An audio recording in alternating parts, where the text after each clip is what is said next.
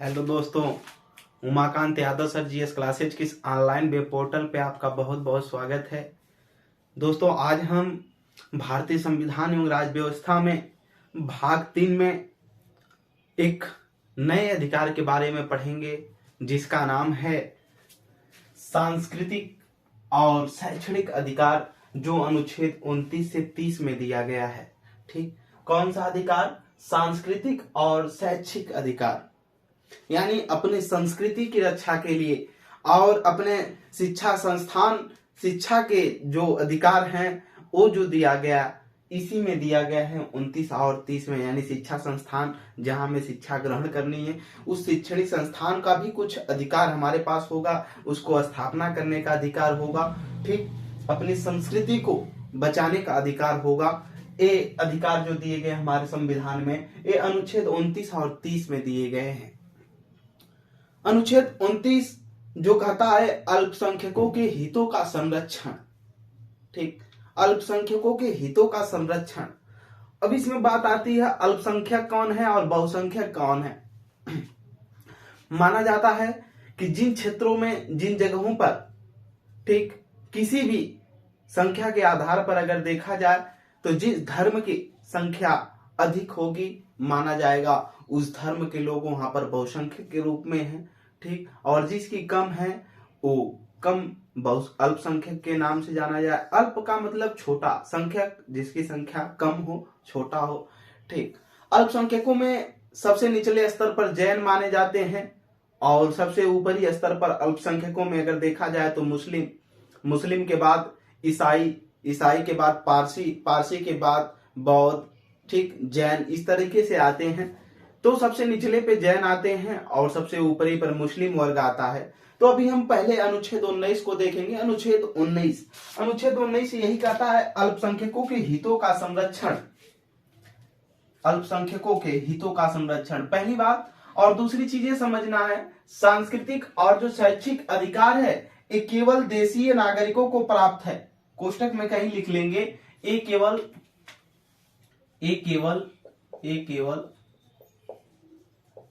अपने नागरिकों को ही प्राप्त है, नागरिकों को ही प्राप्त है। ठीक, ये अपने केवल नागरिकों को, अपने देश के जो नागरिक हैं उन्हीं को सांस्कृतिक और शैक्षिक अधिकार प्राप्त है। आइए अब देखते हैं अनुच्छेद 29 क्या कहता है। अनुच्छेद 29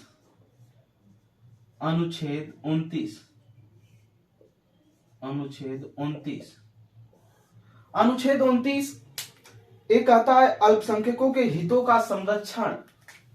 अल्पसंख्यकों के हितों का संरक्षण, अल्पसंख्यकों के हितों का संरक्षण, के हितों का संरक्षण,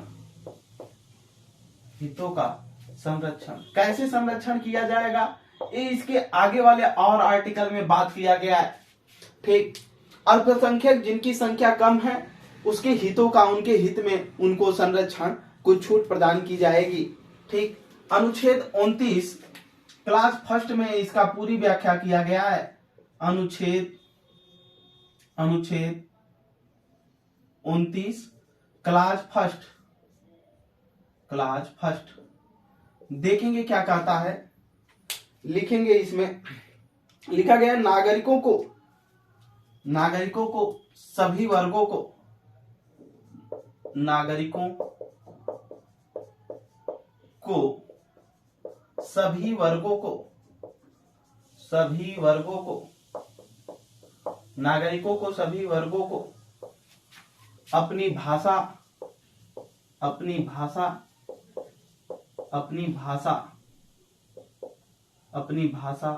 लिपि एवं संस्कृति कल्चर, ठीक, संस्कृति हमने क्या बताया, अपनी भाषा, अपनी लिपि एवं अपनी संस्कृति को के संरक्षण का अधिकार होगा, के संरक्षण का अधिकार होगा, अधिकार होगा। संरक्षण का मतलब यहां पर उसकी बचाव करना।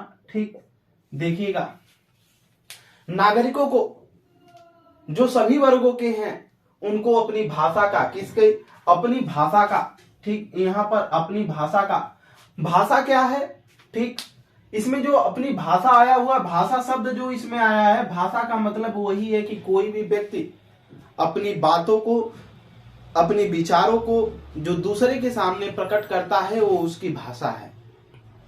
जिस माध्यम से कोई भी व्यक्ति है अपनी बात को जिस माध्यम से दूसरे के सामने अपने बातों को, अपने विचारों को रखता है, जिस माध्यम से रखा वही उसकी भाषा है। ठीक, फिर आती है लिपि। लिपि इसमें क्या है, जो लिपि है भाषा को व्यक्त और विचार करने के लिए, जो भाषा है उसको, ठीक, जिस भाषा में वो कुछ कहना चाहता है, अपने विचारों को कहना चाहता है, जब भाषा को किसी माध्यम से लिखित रूप दिया जाता है, जिस माध्यम से लिखित रूप दिया जाता है वही उसकी क्या है, लिपि है। और संस्कृति, संस्कृति क्या है, संस्कृति का मतलब है लोक जीवन की जो पद्धति है, सभी वर्गों में जो लोक जीवन की पद्धति है, यानी आम दैनिक जीवन की जो पद्धति है, जो उसके लिए जरूरी है, ठीक, उनमें जो तत्व शामिल हैं वही क्या है, संस्कृति है। जैसे व्यक्ति का खान पान, पहनावा ओढ़ावा, ठीक, रहन सहन, उसके जो भी आवास है, ये सब उसकी क्या है, संस्कृति है। कैसा वो पहनता है, कैसे रहता है, कैसे क्या करता है, कैसा खाता है, ये सारी उसकी संस्कृतियों में शामिल होता है। उसको बचाने का अधिकार होगा किनके पास, जो हमारे यही मौलिक अधिकार के अंतर्गत उसका ये मौलिक अधिकार है कि उसके संरक्षण का अधिकार प्राप्त है, अधिकार होगा। ठीक, नागरिक को अधिकार होगा, इसको कोई हनन नहीं कर सकता। ठीक, जैसे नागरिकों को, सभी वर्गों को अपनी भाषा, ठीक, भाषा का मतलब अभी हमने बताया, जो व्यक्ति अपने बातों को, विचारों को जिस माध्यम से किसी के सामने रखता है, प्रदर्शित करता है, उसकी भाषा कहलाती है। लिपि, भाषा को व्यक्त करने हेतु जब किसी माध्यम की आवश्यकता पड़ती है, उसको लिखित रूप देने के लिए जब माध्यम की आवश्यकता पड़ती है, तो जो माध्यम की आवश्यकता पड़ती है वही लिपि है।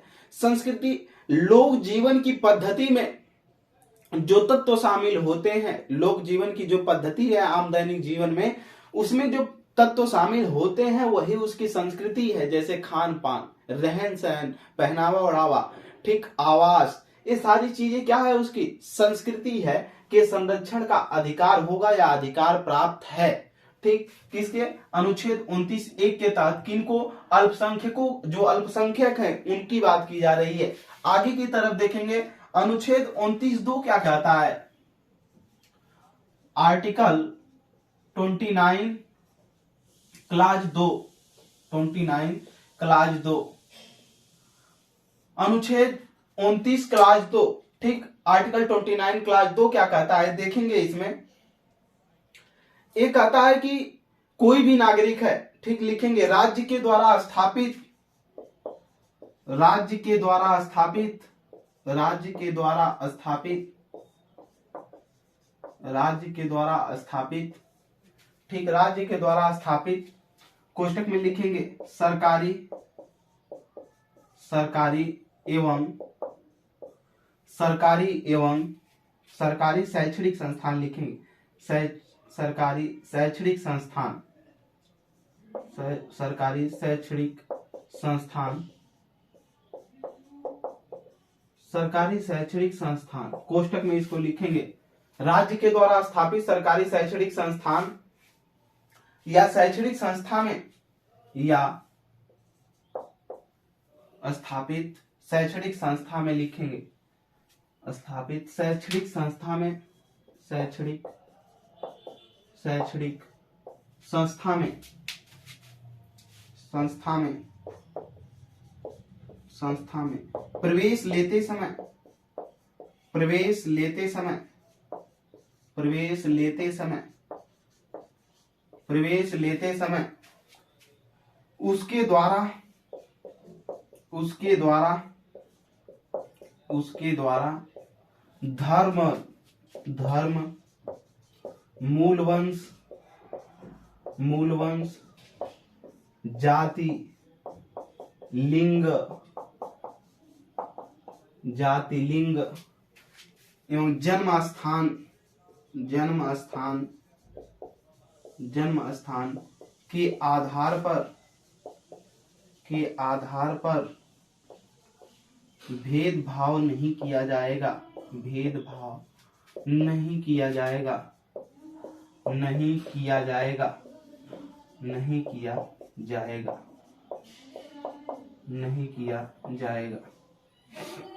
ठीक, ध्यान दीजिएगा। अनुच्छेद 29 यानी अनुच्छेद आर्टिकल 29 क्लास 2 अनुच्छेद 29 खंड 2 कहता है कि राज्य के द्वारा स्थापित यानी जो सरकारी शैक्षणिक संस्थान है उस शैक्षणिक संस्था में क्या होगा, प्रवेश लेते समय उसके द्वारा, किसके द्वारा, राज्य के द्वारा यानी उस संस्थान के द्वारा, ठीक, जो सरकारी है उसके द्वारा क्या होगा, धर्म के आधार पर, मूल वंश के आधार पर, जाति के आधार पर, लिंग के आधार पर और जन्म स्थान के आधार पर क्या किया जाएगा, भेदभाव नहीं किया जाएगा। ये जो अल्पसंख्यक हैं उनको अधिकार दिया गया। अल्पसंख्यक कौन, ध्यान से यहां पर लिखिएगा, अल्पसंख्यक कौन, ठीक, अल्पसंख्यक में कौन है, तो पहले नंबर पे लिखेंगे मुस्लिम,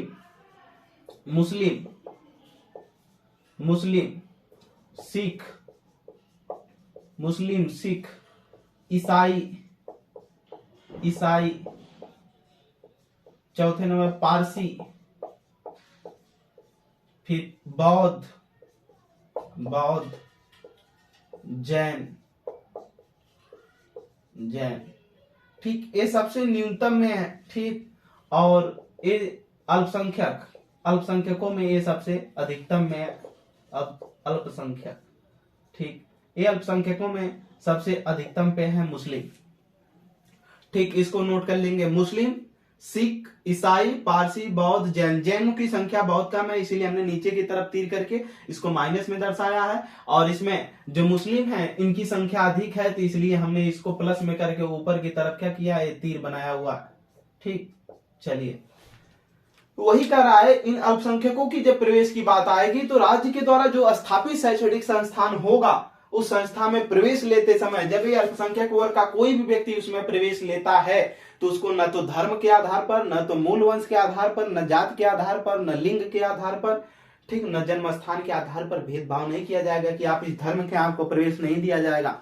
आपका मूल वंश क्या है इसको भी नहीं पूछा जा सकता, आप किस जाति से आते हैं इसको भी नहीं, ठीक, आप कौन से लिंग में आते हैं, ठीक, जन्म स्थान कहाँ है आपका, पहाड़ी क्षेत्र है या तलहटी का क्षेत्र है, इससे कोई मतलब नहीं है, उनको किसी भी प्रकार से पूछा जा सकता है लेकिन भेदभाव नहीं किया जा सकता, प्रवेश देने से रोका नहीं जा सकता। कोई बंगाली व्यक्ति है, अगर उसको सरकारी ITI कॉलेज में प्रवेश लेना है तो उसका जो पहनावा है, उसकी जो संस्कृति है वो धोती कुर्ता है, तो उसको इस बात से नहीं रोका जा सकता कि धोती कुर्ता वो क्यों पहनता है। लेकिन हाँ, जब कॉलेज में प्रवेश लेता है तो उस कॉलेज में प्रवेश लेते समय उसकी जो संस्कृति है, ठीक, उस संस्कृति को कहीं ना कहीं वो घोषणा पत्र में पहले से ही दे देता है कि जो कॉलेज का रेगुलेशन है, रूल है, हम उसके अनुसार फॉलो करेंगे, हम इस घोषणा से संतुष्ट है, तब वो नीचे साइन करता है घोषणा पत्र पर, तभी उसका दाखिला होता है।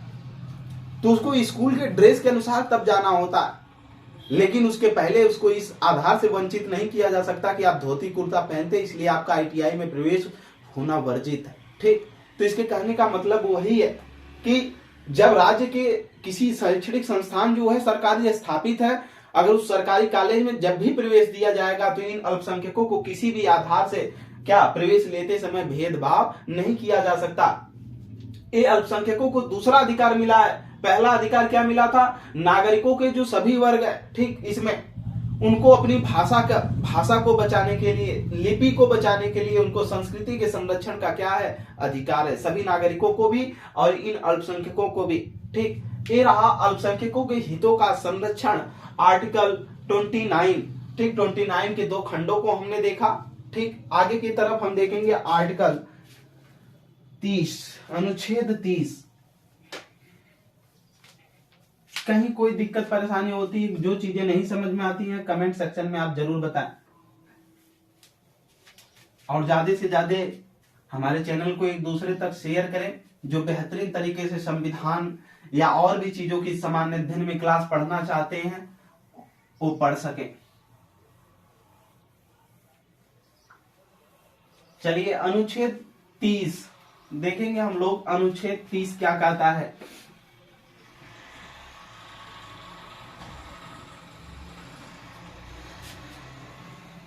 अनुच्छेद 30 लिखेंगे शिक्षा संस्थानों की स्थापना। अनुच्छेद 30 अनुच्छेद 30 शिक्षा संस्थानों की स्थापना। शिक्षा संस्थानों की स्थापना। शिक्षा संस्थानों की स्थापना। शिक्षा संस्थानों की स्थापना।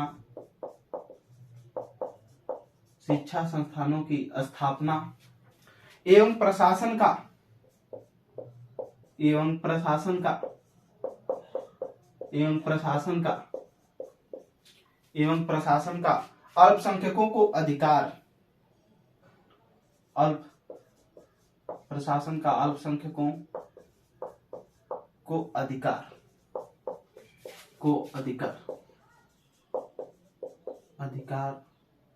प्राप्त।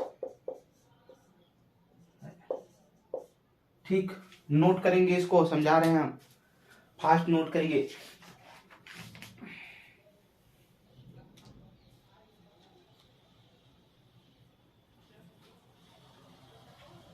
जल्दी।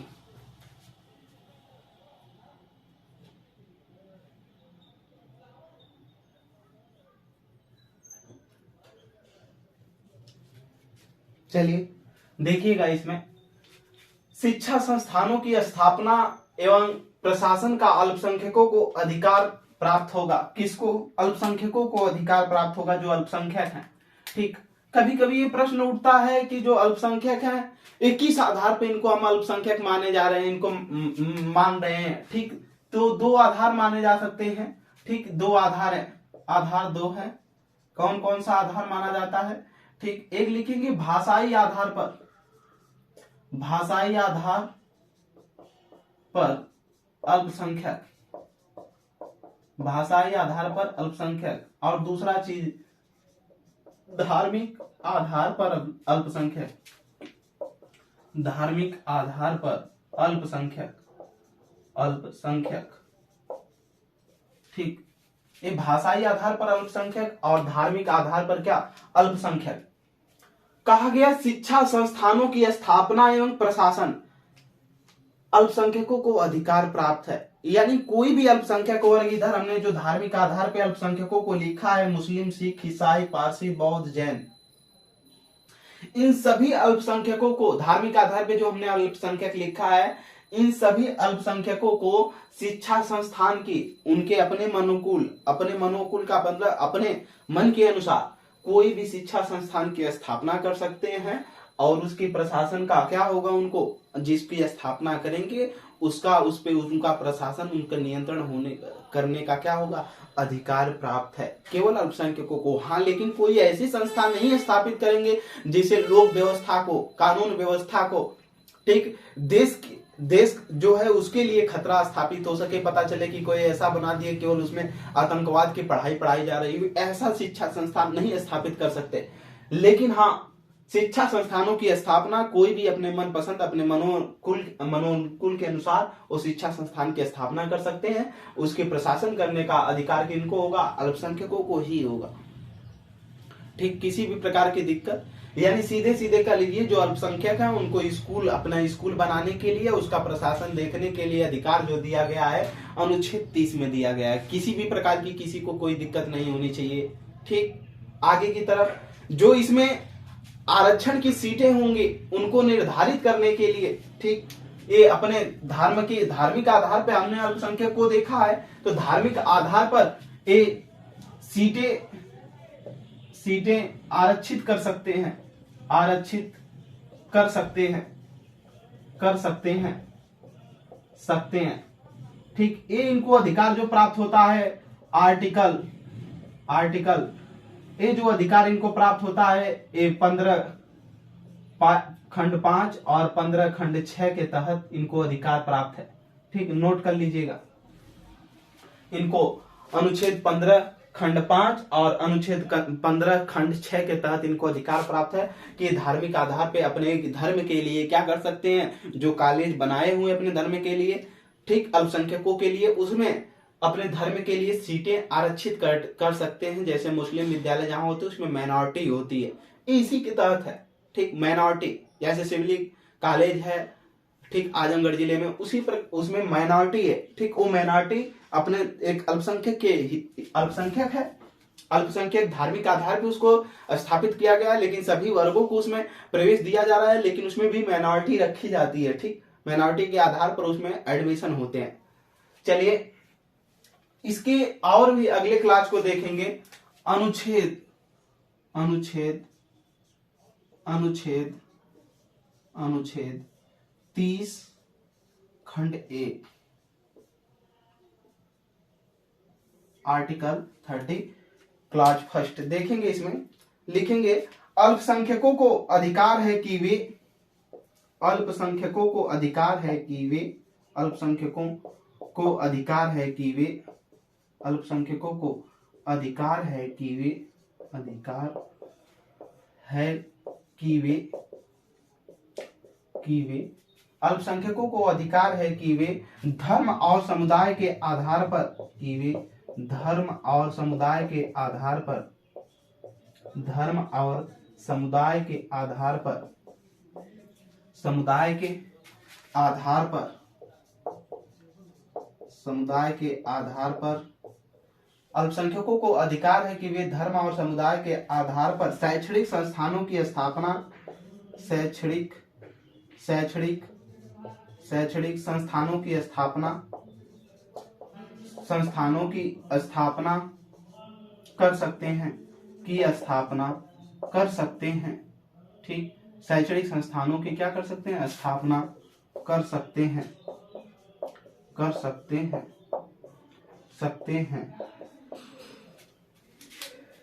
कहा गया अल्पसंख्यकों को अधिकार है कि वे धर्म और समुदाय के आधार पर, किस पे, धर्म के, यहाँ पर बात कही जा रही है किस पे, धर्म के और समुदाय के आधार पर, ठीक, धर्म जो उनका धर्म है या छोटा समुदाय है कोई, ठीक, उस समुदाय का मतलब एक समूह से बना हुआ जो एक और बड़ी कैटेगरी है, ठीक, धर्म के नीचे का एक समुदाय होता है, जैसे सिया समुदाय, ठीक, सुन्नी समुदाय, ठीक, ये जो समुदाय के लोग हैं उन्हीं को सिया संप्रदाय, सुन्नी संप्रदाय, ठीक, छोटे छोटा जो संप्रदाय बटा हुआ है उन समुदाय के हिसाब से या संप्रदाय के हिसाब से उसके आधार पर क्या कर सकते हैं, शैक्षणिक संस्थानों की, ठीक, यानी कॉलेजों की क्या कर सकते हैं, स्थापना कर सकते हैं, स्कूल शिक्षण संस्थानों की क्या कर सकते हैं, स्थापना कर सकते हैं, उनको क्या है, स्थापना कर सकते हैं, उनको अधिकार प्राप्त है।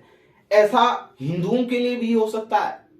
इन अपवाद में लिखेंगे आप, अपवाद में आप लिखेंगे हिंदुओं के लिए भी हो सकता है, हिंदू भी कर सकते हैं। कहां पर, जैसे हिंदुओं में जम्मू कश्मीर में इनकी संख्या कम है, ठीक, जम्मू कश्मीर और दूसरा मिजोरम भी ये कर सकते हैं, ठीक, हिंदू भी क्या कर सकते हैं, स्थापना कर सकते हैं जहां पर इनकी संख्या क्या हो, कम हो, स्थापना कर सकते हैं जहां पर इनकी संख्या कम होगी। अपवाद में हिंदू, जैसे जम्मू कश्मीर में हिंदुओं की संख्या कम है तो अल्पसंख्यक में आएंगे, मिजोरम में भी कम है तो अल्पसंख्यक में आएंगे, ठीक, तो वहां पर ये कर सकते हैं। ये अनुच्छेद क्लाज फर्स्ट रहा, सेकेंड देखेंगे हम लोग, अनुच्छेद क्लाज सेकेंड। चलिए ऊपर की तरफ हम मिटाएंगे और देखेंगे।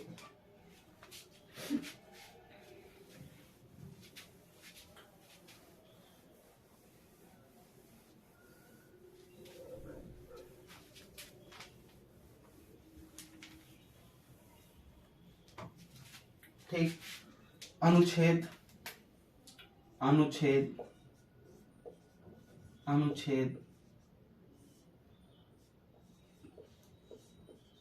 30 खंड 2 ठीक, देखेंगे क्या कहता है, लिखेंगे, सीधे पहले समझना है। अनुच्छेद 30 का खंड 2 कहता है कि राज्य या सरकार द्वारा जब भी जो अल्पसंख्यक द्वारा स्थापित कोई शिक्षण संस्थान है उसमें जब राज्य या सरकार कोई भी अनुदान दे रही है, अनुदान का मतलब कुछ पैसा दे रही है, ठीक, तो उसमें फिर जिस राज्य में वो स्कूल या कॉलेज पढ़ता है वहां का राज्य पहले जो राज्य हमने बताया उसमें गवर्नमेंट सरकार, ठीक, भारत सरकार, ठीक, बाद में जो राज्य का नाम लेंगे उसका मतलब स्टेट, ठीक, यहाँ का अपना राज्य। उसमें जब भी राज्य के द्वारा या सरकार के द्वारा उसमें जो कुछ भी अनुदान दिया जा रहा है, अगर किसी अल्पसंख्यक शिक्षण संस्थान को अनुदान दिया जा रहा है तो जो यहाँ का शिक्षण संस्थान है जब उसको अनुदान मिल रहा है तो जो राज्य हमारा है उसके द्वारा किसी भी प्रकार का भेदभाव नहीं किया जाएगा। नोट करेंगे इसमें, यदि सरकार द्वारा लिखेंगे,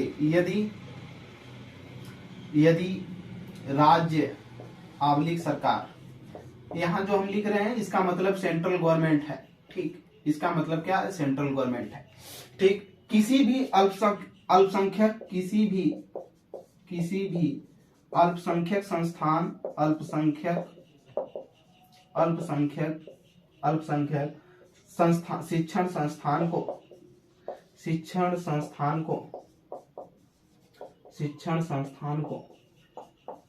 शिक्षण संस्थान को सहायता प्रदान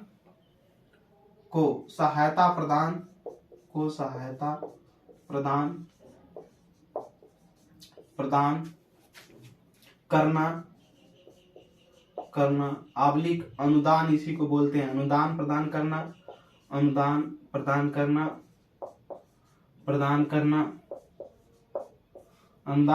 करना चाहती है तो उस स्थिति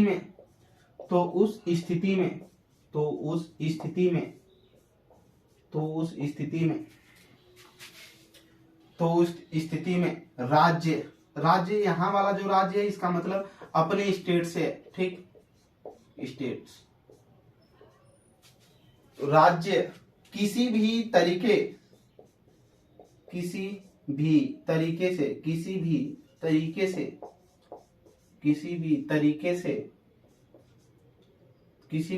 से विभेद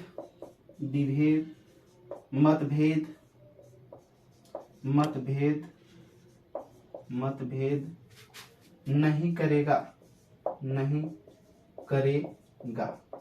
कि वह किसी धर्म समुदाय के लिए खोला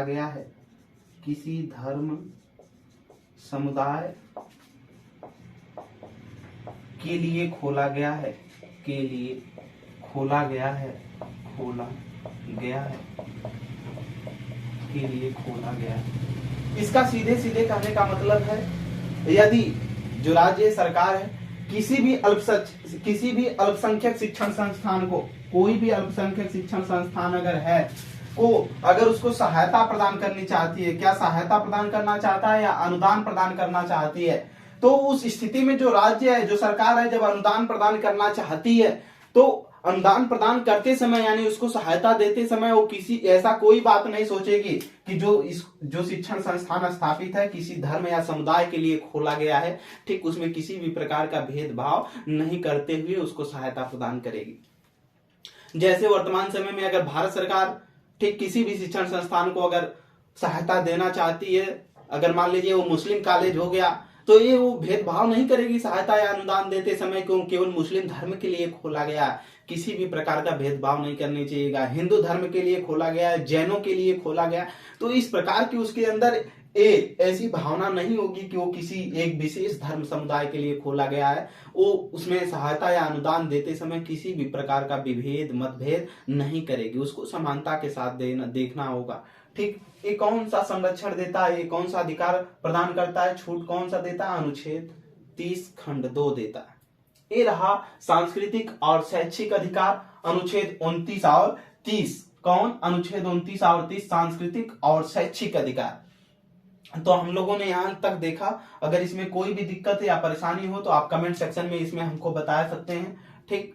नहीं तो हम अब अगले क्लासों में हम अनुच्छेद 31 तो संपत्ति का अधिकार है वो उसको निकाल दिया गया है, और एक ही अधिकार और बचा हुआ है अनुच्छेद 32, जिसमें संवैधानिक उपचारों का अधिकार दिया गया है। उसको पढ़ करके हम समस्त अपने मौलिक अधिकारों को खत्म कर लेंगे। ठीक, तो हम लोगों ने अब तक कौन कौन से अधिकार पढ़े?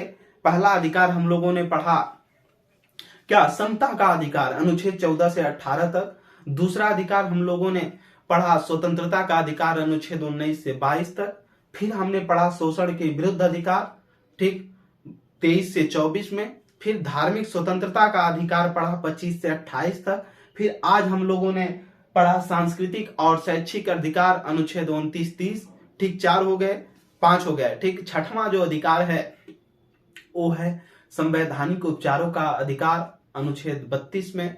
ठीक, 31 जो 7वां अधिकार था उसको निकाल दिया गया, संपत्ति के अधिकार को। तो कोई भी पूछता है कि संविधान द्वारा कितने प्रकार के मौलिक अधिकार प्रदान किए गए हैं, तो 6 प्रकार के मौलिक अधिकार। अगर पहले पूछा जाता है संविधान लागू होने के समय तो कुल 7 अधिकार थे, लेकिन संपत्ति के अधिकार को निकाल दिया गया है। ठीक, कहां कहां से? अनुच्छेद 19 खंड अनुच्छेद 19 क्लाज फर्स्ट यानी खंड 1 के उपखंड F द्वारा, ठीक, उसको निकाल करके संपत्ति के अधिकार को, और अनुच्छेद 31 के द्वारा संपत्ति के अधिकार को निकाल कर क्या कर दिया गया? कानूनी अधिकार दे दिया गया है। मौलिक अधिकार से उसको कानूनी अधिकार, कभी भी उसमें परिवर्तन किया जा सकता है, जिसको अनुच्छेद 300A के तहत रखा गया।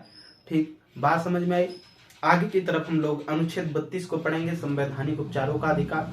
ठीक, आज के लिए इतना ही। Umakant Yadav sir, GS classes में जुड़ने के लिए आपका बहुत बहुत धन्यवाद।